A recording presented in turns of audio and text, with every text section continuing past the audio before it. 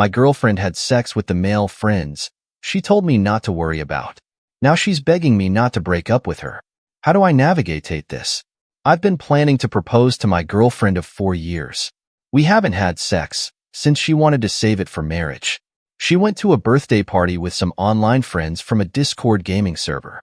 4 of them went back to her apartment after the party was over and had sex with her. She's begging me not to dump her over this. Is there anything left to save here at all, or do I just dump her? My girlfriend, we'll call her Katie, and I met in college and have been together for 4 years. I'm the first person she's ever had a relationship with because her parents were strict in high school. Our parents are religious and don't believe in sex before marriage, and while I don't really care, she's very close with her parents, so we've been waiting. Now that she's graduated, I was planning on proposing within the next few months. I had a ring picked out and everything. I was head over heels for this girl. That all changed last night. Or last weekend. Really. Katie has had a male best friend since high school that her parents never liked because he claimed to be gay. Let's call him Liam. She was excited to be going to the same college as him because it meant they could hang out as much as they wanted. I've never been a big fan of the male best friend thing, but he's gay, so whatever. Except 2 years ago, he came out as bisexual. I never really liked the vibes when he was around her, so I asked Katie to stop hanging out with him alone. She accused me of not being supportive of him and trying to control her, just like her parents. I told her it was her choice if she wanted to keep seeing him alone, but I wouldn't be sticking around for it. It was the biggest problem we'd ever had in our relationship, but we worked through it. The compromise was that Liam and his boyfriend could hang out with me and my girlfriend together as couples, but never alone. I never wanted to cut her off from her friends. With this stipulation, however, the 4 of us only got together twice before Liam ended up transferring to a different college over the summer. My girlfriend stayed in contact with them over Discord, stayed friends with both of them when they broke up, and formed a gaming server with them and some of their other friends. Most of these friends were men, but she assured me nothing funny was going on. Most of them even had girlfriends, she said. Last weekend was Liam's birthday party, and he invited her. Katie wanted to talk to me about it first, to make sure I was okay with it. She said she wanted to go since she hadn't seen him in 2 years, and it was only a 2-hour drive away. A bunch of her friends from the Discord server that she had never met in person before were going to be there, women included, and Liam's girlfriend would be there too. Since I had a weekend trip planned, leaving Friday, returning Sunday, I unfortunately wouldn't be able to go with her, but I told Katie I trusted her and had no problems with her going to see her friends. The problem started Saturday night. She texted me in the morning when she was leaving for the party. She texted me when she got there, and she texted me a couple times throughout to check in. Katie told me that she had planned on driving back around 9 or 10, but it was around that time that the text messages stopped. I assumed she was just having a good time and didn't want to seem controlling, so I didn't bother her. I did stay up to watch her location and make sure she got home, though, and she did, around 2 a.m. It was unusual, but I trusted her and didn't want to make any assumptions. I would call her in the morning and she would explain that she just got carried away having fun with her friends, I thought. I called her Sunday morning and she didn't answer. She texted back a few minutes that she had been sleeping, had a hangover, and wasn't feeling well. That was very strange, because Katie doesn't drink. I told her to drink lots of water and that I hoped she felt better and got on my flight home. When I arrived at my apartment, I found her curled up in my bed in the dark. She has a key to my apartment, but hardly ever needs it because usually I'm with her to do the unlocking. I asked her why she hadn't stayed at her apartment to rest up, but she didn't say anything. Since then, the entire week, she has been saying she's not feeling well and has not left my room. She's taken off work, and I've been going home on my lunch breaks to make sure she was eating. I was worried about her, but in the back of my mind, I was also suspicious about what had happened at the party over the weekend. Late last night, Katie woke me up from the couch sobbing. It was the first time she had left my room since I'd gotten home, other than to use the bathroom. I consoled her until she had calmed down enough to be coherent and asked her what was wrong. She told me she had done something horrible. She told me Saturday night she had somehow gotten really drunk on accident, and Liam offered to drive her home. 3 of her friends from the gaming server on Discord got in a second car to follow them, to take Liam back home after they got to Katie's apartment. They helped her up the stairs and into her apartment. Then, she said, she had sex with them. All of them. All 4 men. Katie said she doesn't remember most of it, that she was really out of it. She said she's been sick ever since trying to figure out how to tell me, because she loves me so much and didn't want to hurt me. Didn't want to hurt me, but gave away her virginity that she was supposedly saving for marriage to 4 other men, instead of the man who spent the past 4 years caring for her. She said she wanted to tell me right when I got back, which is why I found her in my apartment, but she couldn't bring herself to because she didn't want to lose me. She begged me not to break up with her. I told her I needed some time to myself to think. She then begged me not to make her go back to her apartment. I didn't feel like fighting, so I just told her she could go back into my room. I could hear her crying intermittently all night. I have to admit I was brought to tears myself. I can't believe how she would throw away our whole relationship, the 4 years we've built together, over one party. I was going to propose soon. I trusted her, and now it's broken. I'm at work, and I haven't been able to focus all day. Part of me wants to tell her to get out the second I get home, if she's still there, and that I never want to see again. Part of me wants to talk to her more and see if there's anything left to salvage. I can't tell which side is more unreasonable. How do I navigate this? Date. Trigger warnings all over this. Sorry for everyone who didn't get that on my last post. My girlfriend has gone to bed early and I have nothing better to do, so I'm finally getting a chance to write this. First, something you can skip through to the actual update if you don't care. I think my other post was taken down for being fake.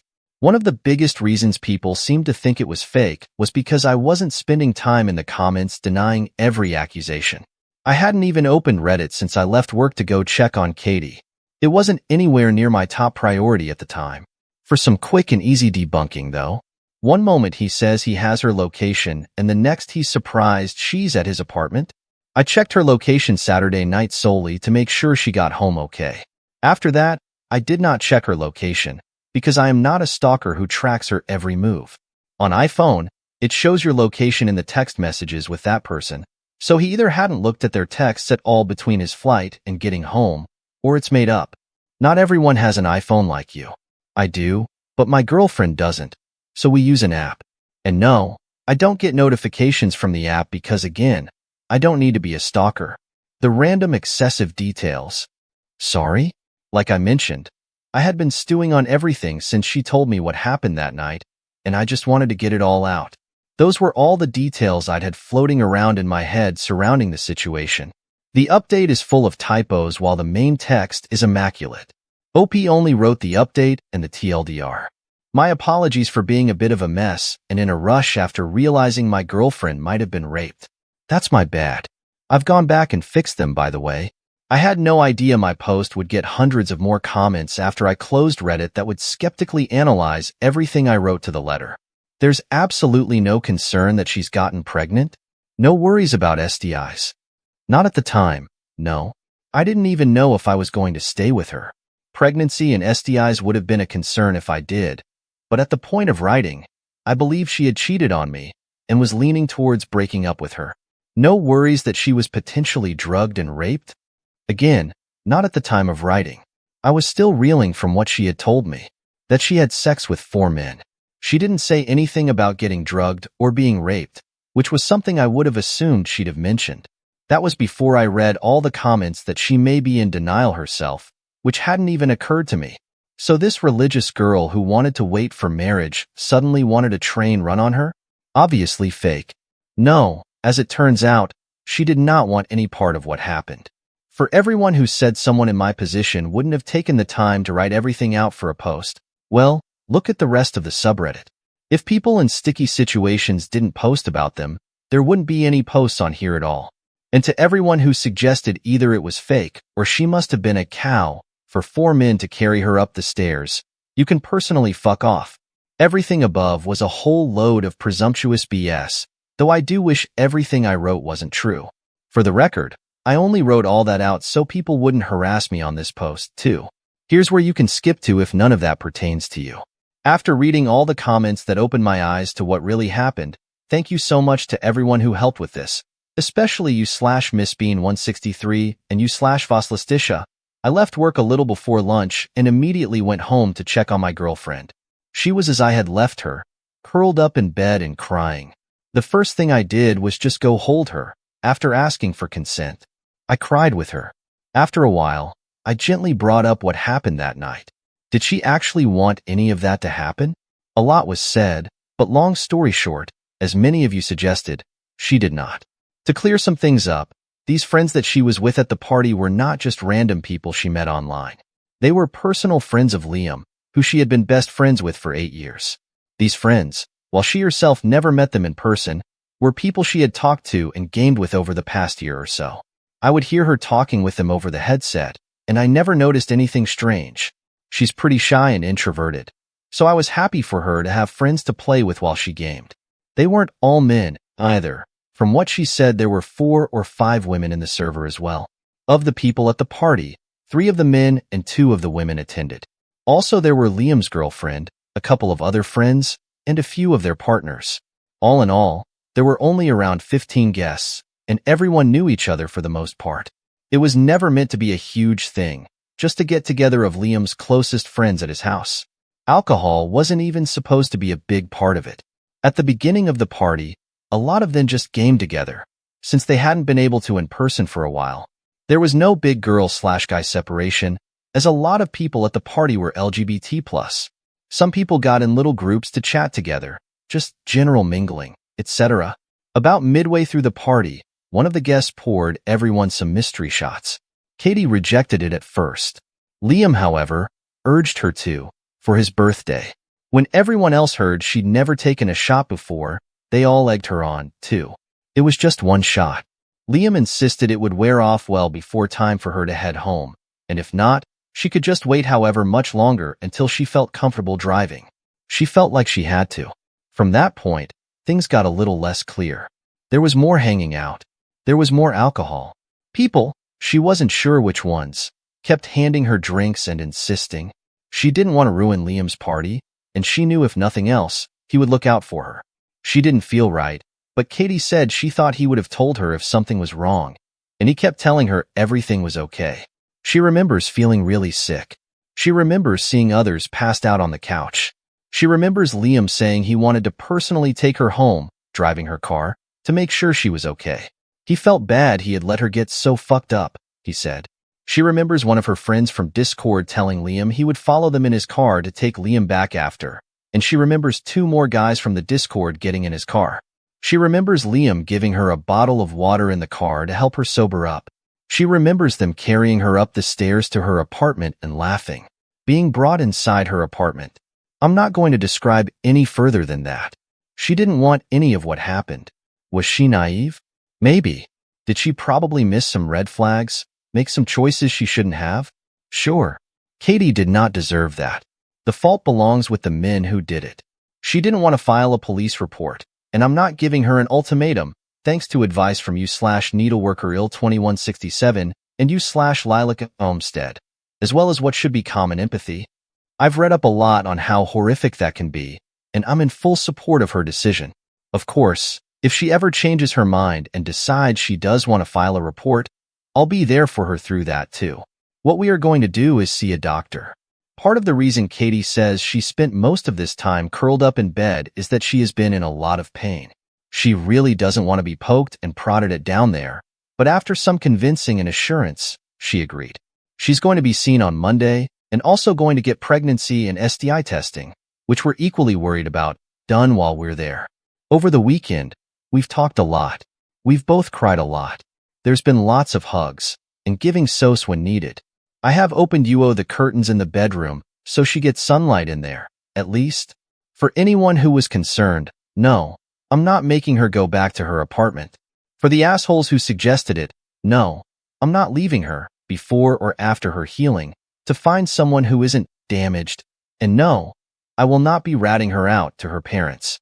I'm taking the entirety of next week off to stay home and take care of her, go to as many doctor's appointments as needed, set up therapy, etc. I don't think I can ever make up for leaving her alone the way I did this past week, but I will be there for her through anything and everything that comes next, whatever that may mean. Again, Thank you to everyone from my first post who helped me realize what an egocentric dumbass I was being. I hope this update helps everyone who was concerned. Katie isn't okay right now, but hopefully we can get there. Relevant comments.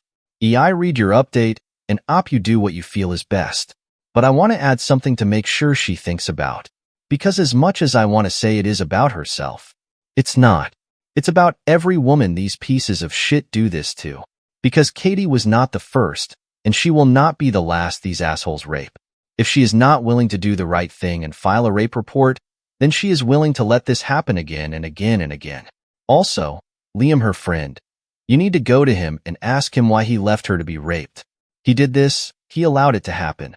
This falls on his shoulders, and he is either with her or against her. She needs to let her parents know. If she is not willing to do this, then please don't update anymore, because you are staying with a cheater. I'm not going to give her an ultimatum. I'm not going to call her a cheater because she doesn't report. Rape victims have committed suicide after the re-traumatization that comes with reporting and everything that follows. I took the time to look into it deeply. Have you? Or are you making assumptions about what goes on in our justice system when you haven't experienced it yourself? Spoiler alert. Even if she did report, all 4 of them would most likely walk. I'm not making her tell her uber-religious parents just so they can slut-shame her, either. Fuck, man. And none of this is on her. The men who did this are the ones who need to be willing to do the right thing and stop fucking raping. New update. Today is the first day I've gone to work since I made my first post. This is what's happened since my last update. Sorry if this is hard to read. I haven't been doing well myself. As with my last update, please be aware that I'm writing about very sensitive topics here. Trigger warning for this entire post. After talking to her and bringing up some of the points made by commenters in my last update, Katie decided she did want to get a rape kit done, just in case she ever wanted to make a report in the future. As such, I went by her apartment solo before our hospital trip to grab her clothes from that night, as many suggested on my last post. The place was a mess. One of her tables was broken. There was blood on the bed. Her clothes were torn and scattered about. It was no wonder she hadn't wanted to go back. I took pictures of everything, just in case. We got to the first hospital early in the morning, hoping we wouldn't have to wait super long. We ended up only having to wait around 2 hours, which wasn't terrible. I brought my Switch for Katie to play Tetris on in the meantime, thanks you /Spoink74. It seemed to help take her mind off things, at least. From there, though, it was all downhill. After we were moved to an exam room, the nurse asked the usual intake questions, and then made Katie recount every detail of what had happened, to the best of her recollection, while she just sat there and looked bored. Occasionally, Katie would choke up, and the nurse would tell her to go on, in an annoyed tone. The nurse left, we waited for around an hour, and then the doctor came in and did the same thing. Half an hour later, the doctor returned to tell us that they didn't have any rape kits at that hospital, and we would need to go to a different one, over an hour away. So obviously, after that, Katie was pretty distraught. We had to wait another half hour to receive her discharge papers and be able to leave, and by that point she was ready to just go straight home. We did go to the second hospital, though. By the time we got there, it was the afternoon. We stopped for lunch on the way, and things were looking pretty packed. We had to wait over 5 hours to be put in an exam room, and another hour to be seen by the nurse. This nurse, again, had Katie recount the incident in excruciating detail. He would ask questions for clarification and become irritated if she couldn't answer. Someone else came in half an hour or so later to tell us that they couldn't perform a sexual assault exam because too much time had passed, but she could go to a police station to make a report herself if she felt inclined to. They could still check her for injuries and test her for STI/pregnancy if she wanted. I'm not going to go into detail here, but they found some pretty severe bruising, abrasions, and fissures that definitely explained her pain. That exam in and of itself was traumatic all over again. Really? The doctor was very insensitive, didn't seem to understand the gravity of the situation, and kept making jokes throughout. Ouch, that must have hurt. Unfortunately, all they could do for that was give her some topical pain relief, though she may have to get surgery if it doesn't heal on its own. They also think she has adductor tendinopathy, which is like a thigh muscle strain, so she's not supposed to be up and about a lot. She tested negative for STIs, but we're told they might not show up for quite some time. So we chose to get her on preventatives. Pregnancy test was also negative, thankfully, but they also said that it's unlikely the hormone levels would be detectable at this point even if she were pregnant. We were told to make appointments with her primary for the next few months to get retested. Then we waited another hour for discharge papers. Between both hospital visits, Katie was charged over $5,000. Insurance doesn't want to pay because they say it was elective. Obviously, we're going to fight it, but it's just one more thing on top of the pile. I still have the pictures of her apartment along with her clothes from that night in a sealed bag that the hospital didn't want in case she ever decides she wants to report, but things aren't looking good.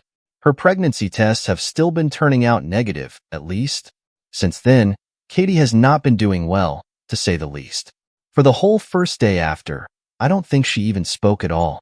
She had her first therapy appointment with a specialist last Wednesday, but she hasn't talked about it much, so I'm not sure how it went.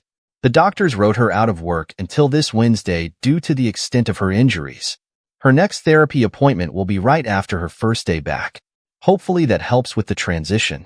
I've looked into therapy for myself, as suggested, but that's on the back burner for now.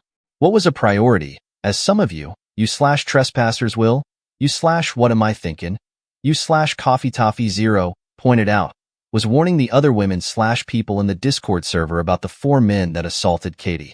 It didn't go quite as hoped, though to be honest I'm not sure what I was even really expecting in the first place.